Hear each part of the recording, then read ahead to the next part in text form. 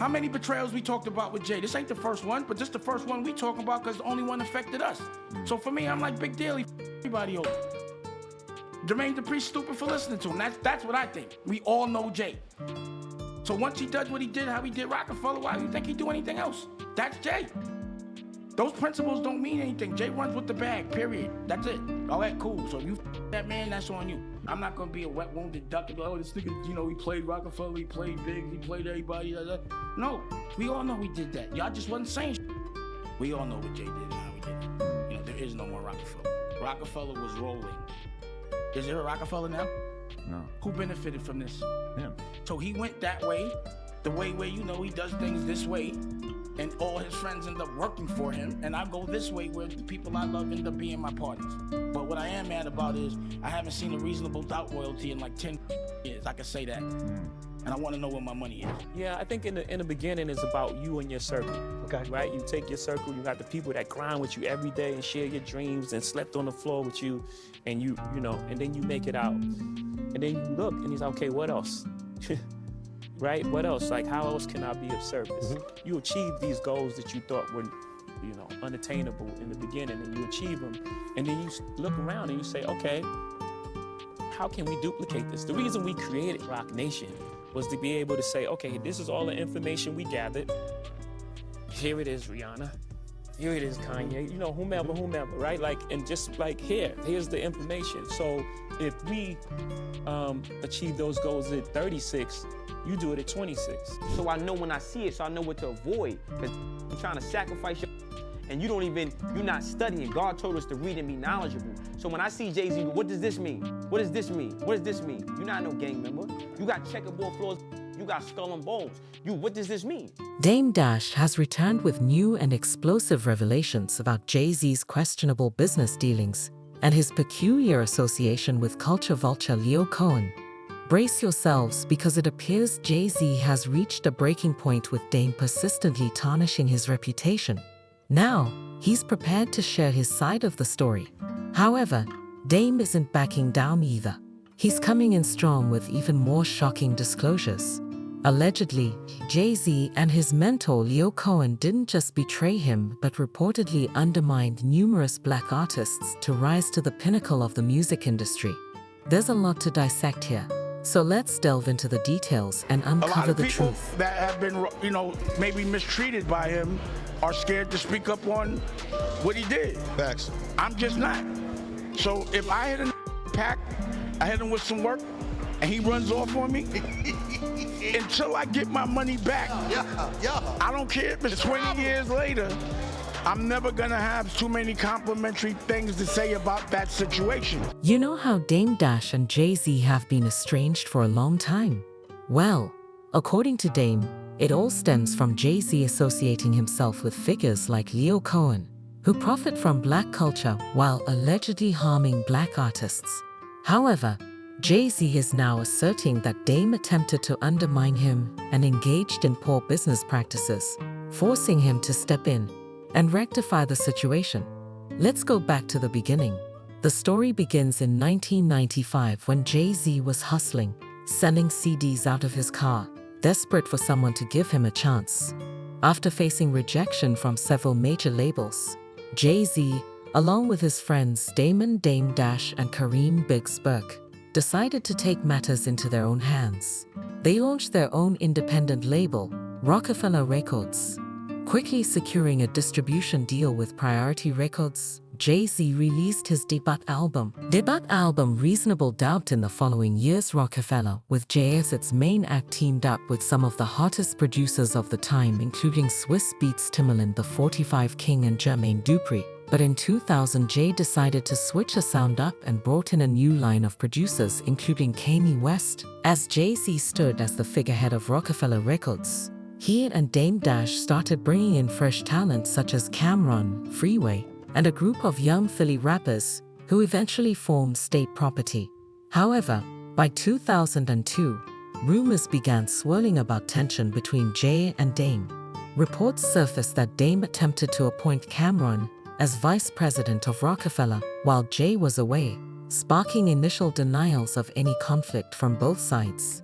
Yet, insiders suggested Jay grew frustrated with Dame's public presence, while Dame felt Jay was becoming increasingly distant. Here's how Beanie Sigel, one of the original Rockefeller artists, explained it. Is from conversations that me and Jay had,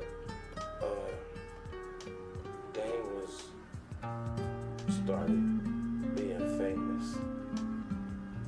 You know, the camera, he fell victim to the camera. You know, you're liable to say anything, you can beat anybody, or I think if Dame would have played the role as Kareem Burks did, Kareem had just played the background and just handled the business correctly, maybe Rockefeller still would be, you know, the force that we was. And then, but on the second hand, I think Jay was growing. And in my eyes, at a certain point in time, I just think he felt, you know, it's time for me to go ahead and do my own thing. We made enough money together. By 2004, rumors of Rockefeller Records closing were rampant, yet Dame repeatedly dismissed them. He assured MTV that paperwork alone wouldn't break up Rockefeller, emphasizing his commitment. It's Rockefeller for life.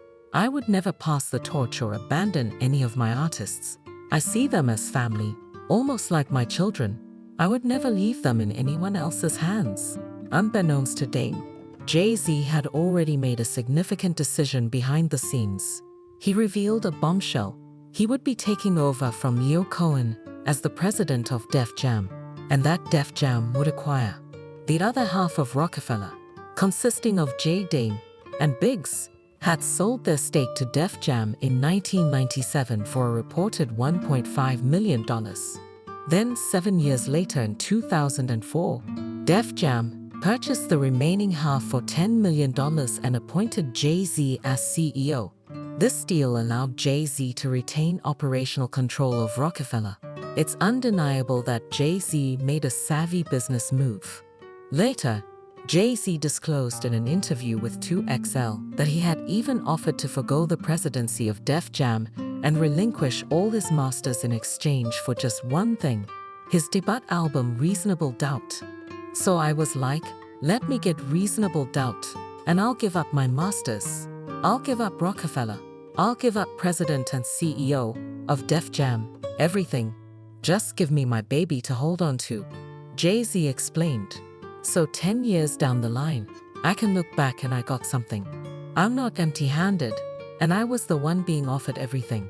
I thought it was more than fair. That was turned down. I had to make a choice. I'll leave that for the people to say what choice they would have made. That's about it. I don't really want to talk about Dame or Biggs. I don't have nothing negative to say about them. We all bosses. But there's only one presidential suite, Jay added. If we in a hotel, somebody got to move to another hotel. But when approached for comment, Dame and Biggs told 2XL they were dismayed that Jay-Z retained the Rockefeller name, which they alleged he used as leverage to negotiate full ownership of the masters for Reasonable Doubt, the only album released before their partnership with Def Jam. After selling their remaining shares in Rockefeller, Dame and Biggs launched their own labels. However, the drama persisted as every Rockefeller artist had to choose sides. Some artists publicly criticized Jay-Z. For instance, Cameron swiftly aligned with Dame's label, Dash Music Group, claiming Jay-Z blocked his promotion to vice president. But that wasn't the end of it. In 2005, Cameron was involved in a failed carjacking incident. Later, in his song Got to Love It featuring Max B, he'd alleged seeing Jay-Z's signature diamond hand signal before the incident, accusing Jay-Z of various betrayals. First, you stole Rockefeller from Dame. Second, you stole Kanye from Dame. Third, you stole Rockefeller from Dame. Dame, on the other hand, felt betrayed by Jay-Z's strategic business maneuvers. Jay-Z had often spoken about Rockefeller as a family, which Dame had believed in earnest. However, Dame also perceived another reason behind Jay-Z's actions. He believed Jay-Z conspired with the industry figure Leo Cohen, whom Dame characterized as a culture vulture. According to Dame, People like Cohen use divide and conquer tactics to sow discord among black muggles, preventing their unity and collaboration. My beef was with Lior because I think he's a fake CEO and I think he's fronting on my culture, but he can't front on anybody else. From the violence and not bringing, like, you know what I mean? It was like they have people that their job is to create beef so that they can monetize it. Pause. In a separate interview, Dame accused Leo of attempting to pit him against another black artist and asserted that Leo consistently showed disrespect towards African Americans at Rockefeller. When I first got with Lior, the first thing he did was try to make me have a beef with another black person on his behalf. And I was like, he's like, you with me, right? If you with me, then you got to go to war with me. Oh, I got a lot of beefs on the street. You going to go to war with me? Let's not do that. So there would be times that he would be saying things, and like I'd be with like Beanie Siegel or something, and he'd say something that was so offensive, unknowing, unconsciously, just demeaning. And Beanie would be ready to knock him out, and I'd have to be like, I'd have to bark on him so Beanie didn't do nothing to him. You understand? I'd be like, I got it, don't worry. Like, he was just an offensive person. What he couldn't understand about me is that I could have white people working for me. Because he thinks black people could only have black people working for him. So when I would walk in and have anybody white in my staff, he'd go to the side and go, are you okay? Let me know if they're treating you wrong. Blink twice. I swear to God he did that.